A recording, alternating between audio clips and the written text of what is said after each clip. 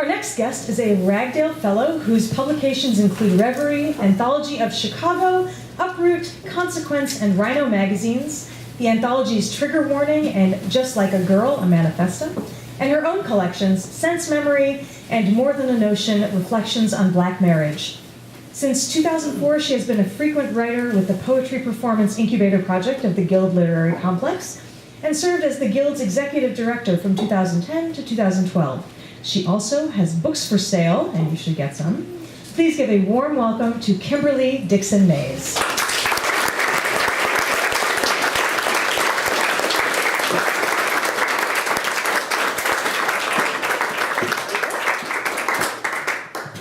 Thank you, Eden and Andrew, and all of you, particularly the writers who've come already, because normally I don't have the pleasure of reading alongside prose writers, so this is really cool, because I am not a prose writer, so you can leave now if you don't like poetry. That's all I've got. Okay, my pieces are from two series. One that Eden mentioned, More Than a Notion, Reflections on, I put black in parentheses because I'm actually not sure how black it is, but on black marriage, that was built in part from interviewing married folks and begging them to tell me the truth. And then the other series was more recent, from trying to write it for Record Store Day. So I've got a mix here. First one is entitled Record Store Day. Way to start with one hand tied. The whippersnappers sing, "What's a record? What's a store? What's a day?" And go back to their plugs and talismans to mainline weightless joy. But fighters fight. And so, Record Store Day. After April Fool's and 8-track tape day, before International Museum and May Day, but let's not panic, because this one walks the pageant and makes us love her hairy lip, cellulite, and sensible shoes, sirens us to her high-waisted troughs of leaned intention, to thwack through all the efforted poses. And the wood-framed door will jingle as another shadow pushes in to cast a vote for intransigence.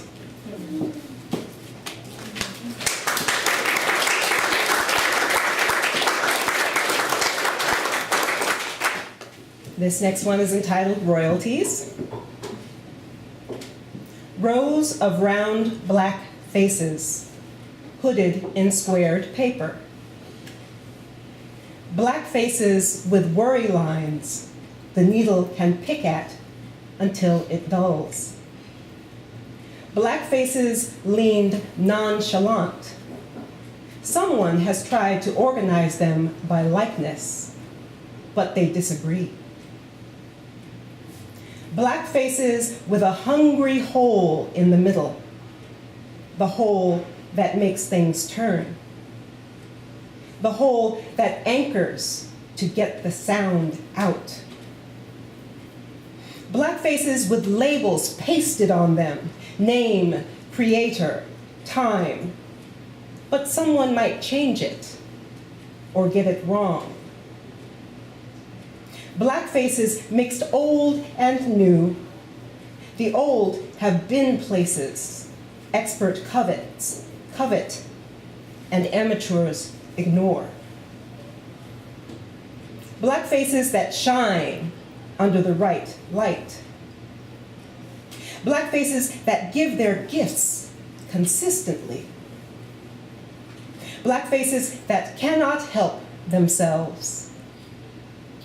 Black faces that cannot help but be themselves.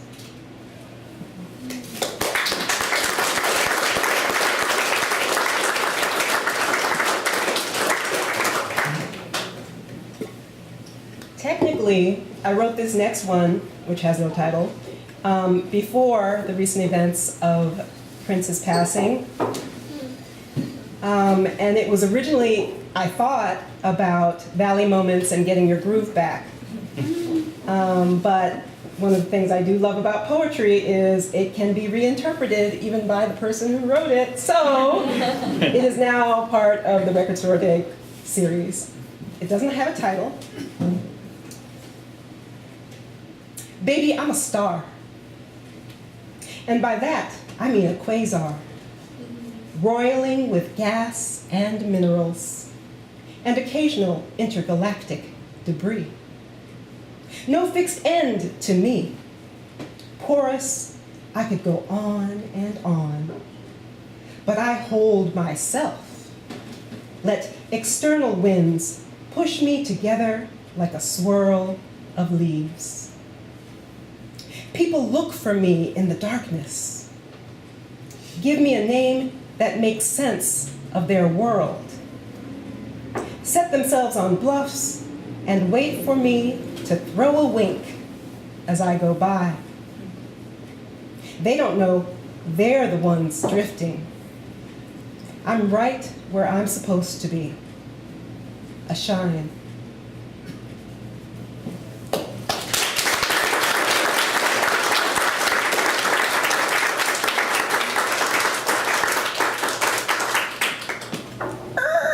Shifting gears. This next one starts a few that I'd like to share from the collection, More Than a Notion, available, made to order. Truth-telling about marriage. So I happen to be married, but these aren't all about me.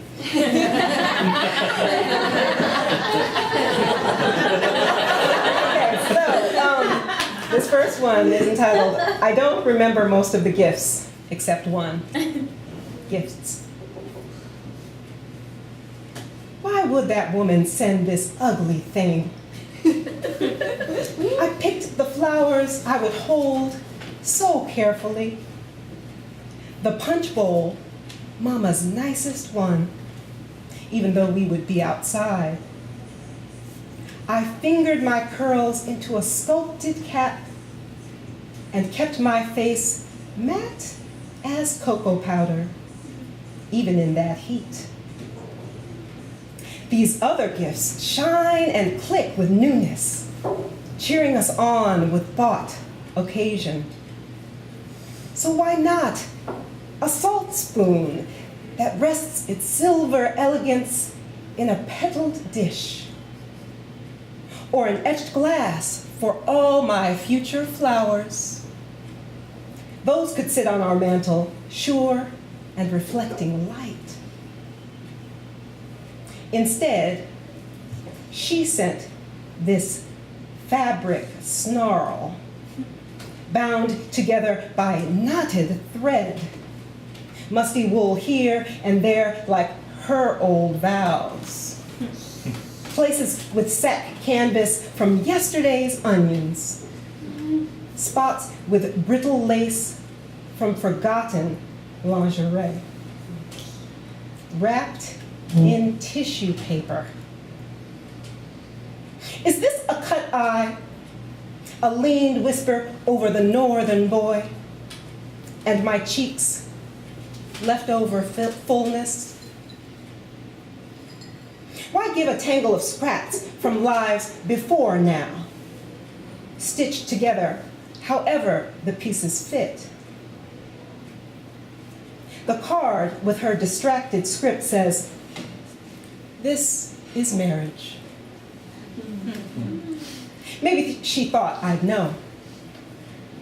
Maybe she thought I'd come to know.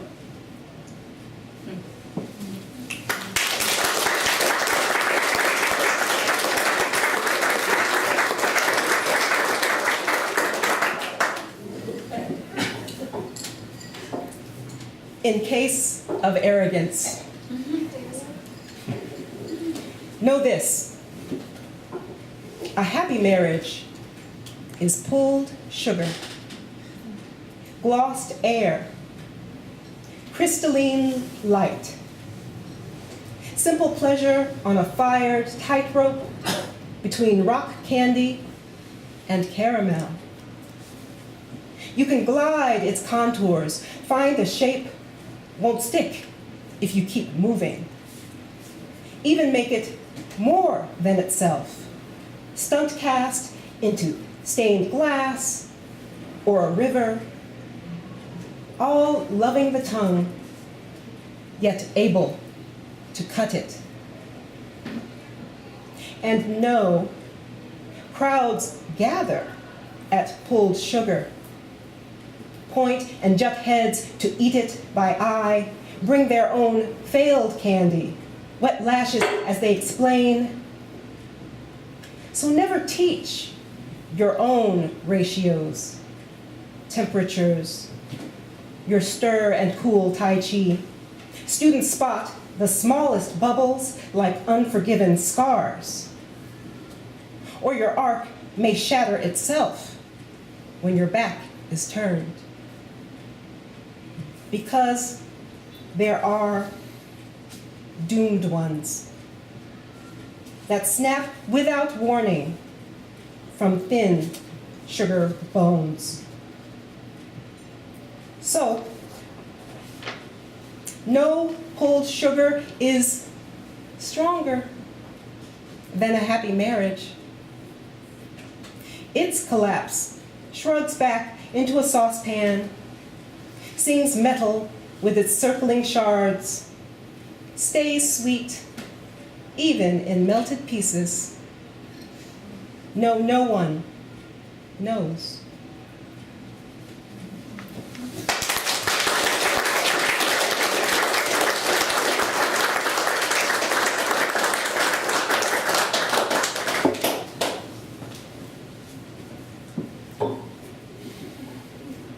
Last two, hopefully lighten it up a little bit. First one, funny Valentine. Funny the sight of him, pantsless, carefully wiping crumbs off the counter. Funny the fear of a smaller home, because then he will know how gassy you really are. Funny the conviction, his penis is bored and misses you. Funny the secret hope he keeps his government job because it takes him out of town once a week. And the money lost in pay is more than made up in avoiding divorce court. Funny how you cannot write, can't imagine life without him, or can't remember life before him, because you've always had a good imagination and your short-term memory is sound. Funny how 3 months becomes 1 year, becomes 7, and the goalpost keeps moving, so you can never take a final measure. And funny, the realization that maybe that's the point. Funny the ball and chain and the key in your own pocket. Funny the fingernail tearing a hole in your own pocket, and the faint clink as metal hits the ground.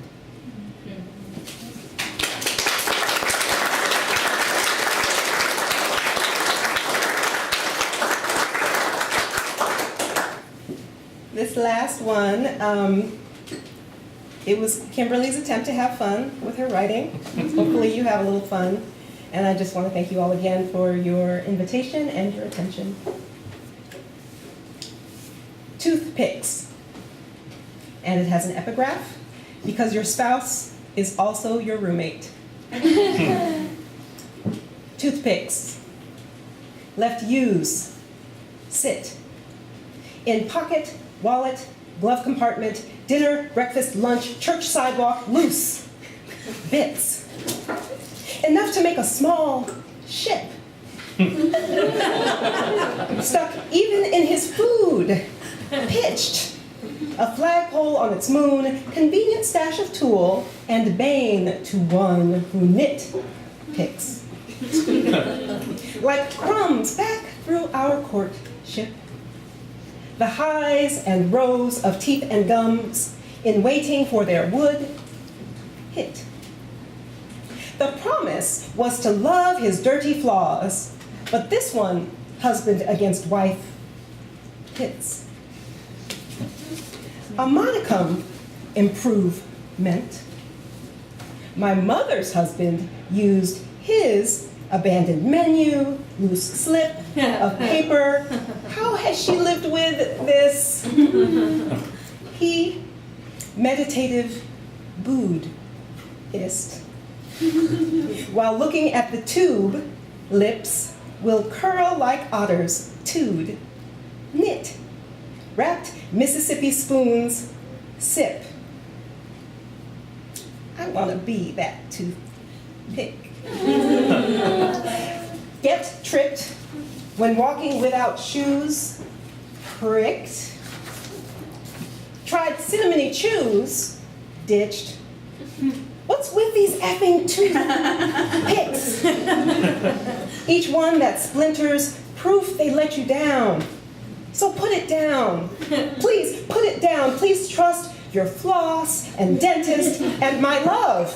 I love will find a way to love you even with some spinach in your teeth.